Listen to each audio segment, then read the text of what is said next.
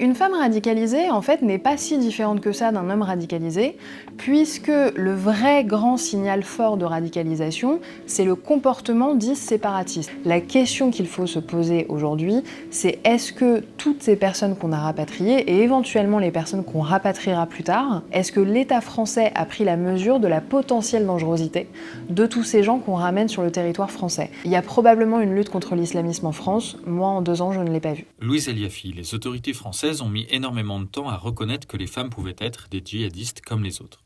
Pourquoi ?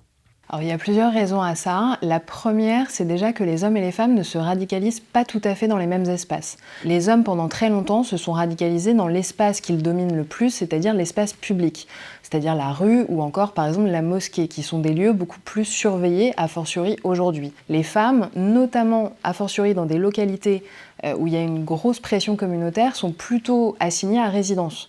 Donc leur radicalisation s'est beaucoup faite, et pendant très longtemps et encore aujourd'hui, dans ce qu'on pourrait appeler la sphère privée, et c'est ce que j'appelle la radicalisation de salon. Or, cette radicalisation qui se fait dans une intimité de femmes entre femmes, forcément les autorités ont eu beaucoup moins de prise sur celle-ci que sur celle des hommes. La seconde raison, c'est une forme de sexisme qui est que, ça c'est un fait assez universel, on a tendance à voir la femme comme incapable d'une quelconque agentivité, c'est-à-dire qu'on la voit comme incapable d'être actrice de son propre monde. Et en matière d'islamisme, ça se traduit comment ? Ça se traduit par on perçoit la femme comme incapable d'autonomie dans sa propre radicalisation. Et la dernière raison, selon moi, c'est qu'il y a une forme de condescendance aussi envers ce que j'appellerais la femme orientale, notamment quand celle-ci est musulmane, parce qu'il y a un certain nombre effectivement de femmes radicalisées qui sont issues de l'immigration orientale et ou musulmane. Et cette condescendance-là a tendance à voir cette femme comme uniquement soumise à son homme. L'Occident a-t-il été naïf face à ce phénomène ? Alors l'Occident, et a fortiori la France, a été particulièrement naïf sur ce phénomène jusqu'à l'année 2016, qui est effectivement un peu l'année du djihadisme féminin, avec notamment en septembre 2016 la fameuse tentative heureusement avortée d'attentat aux abords de Notre-Dame, par un commando constitué de 4 femmes avec des profils assez différents. Avant 2016, on peut effectivement parler soit de naïveté, soit de totale indifférence envers les femmes.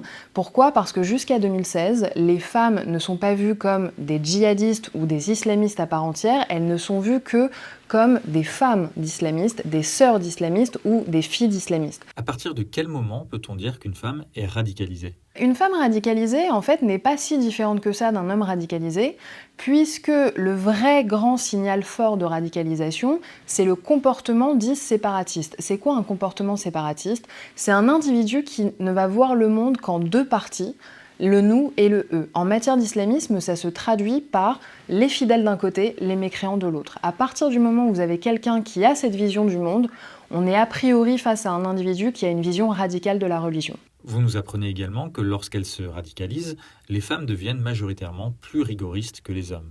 En fait, ce qu'on ne comprend pas toujours, c'est que la femme est considérée dans l'islamisme comme la gardienne du dogme. Ça veut dire que c'est sur ses épaules à elle que repose la réputation et donc le succès de la communauté et donc de l'idéologie. À partir de là, la femme est non seulement surveillée, mais elle devient surveillante. On a des femmes qui sont surveillées par d'autres femmes, on a des femmes qui surveillent d'autres femmes pour vérifier que ces femmes ne vont pas s'éloigner du droit chemin de l'idéologie islamiste. Les femmes sont plus studieuses que les hommes en général, ça les rend beaucoup plus étudiantes et connaisseuses des textes que les hommes, et donc des dogmes. Dans les couples, c'est très souvent la femme qui a l'initiative de la radicalisation, et on a même un certain nombre d'exemples dans lesquels la femme a décidé de se séparer d'un mari qu'elle ne jugeait pas assez bon musulman. Ça a par exemple été le cas de Souad Merah, la grande sœur de Mohamed Merah. Entre elles, autant dans les grandes agoras numériques qu'à Raqqa, vous racontez un véritable contrôle social. Certaines sont même capables de torture. Effectivement, à Raqqa, il y avait ce système des madafas, qui étaient des maisons de femmes tenues par des femmes. Dans ces maisons sont entassées des femmes, veuves ou célibataires, qui attendent qu'un homme vienne les épouser. Pendant ce temps-là, elles sont maltraitées, elles sont mal nourries, elles sont le plus souvent battues par les femmes qui tiennent ces maisons. Autrement dit, les madafas à Raqqa, c'était l'enfer des femmes par les femmes. À côté de ces madafas, il y avait ce qu'on appelait la Hizba. La Hizba, C'est en droit islamique le fait d'aller contrôler le comportement pour vérifier si celui-ci est conforme ou pas à la charia. La Hisba à Raqqa, c'était la milice qui venait vérifier la bonne application ou non de la charia à Raqqa.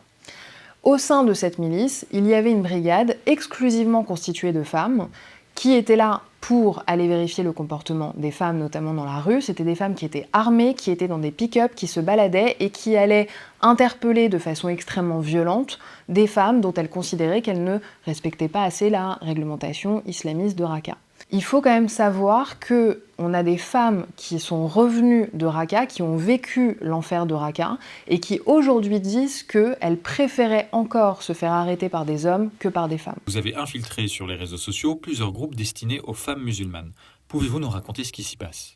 Moi, ce qui m'a marqué, c'est la facilité, encore aujourd'hui, avec laquelle on accède à certains contenus qui sont extrêmement violents idéologiquement. C'est-à-dire que moi, il m'a suffi de créer un pseudo, de taper 2-3 termes qui sont des notions extrêmement fondamentales dans les différentes mouvances islamistes dans la barre de recherche de Facebook.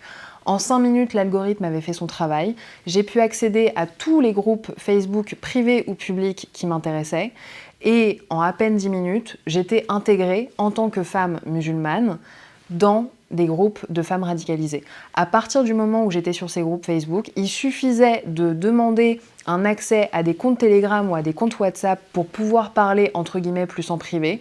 On me l'envoyait et en 5 minutes, j'étais redirigée vers ces groupes-là. Le plus important pour les femmes islamistes, c'est de réussir à capter l'attention de débutantes, c'est-à-dire de femmes qui vraiment soit ne connaissent rien, soit considèrent qu'elles ont une connaissance trop limitée de l'islam. Et par conséquent, ces femmes-là vont les appâter, parfois avec beaucoup de bienveillance au départ, pour finalement être après un peu plus violentes quand elles ne se conforment pas au dogme.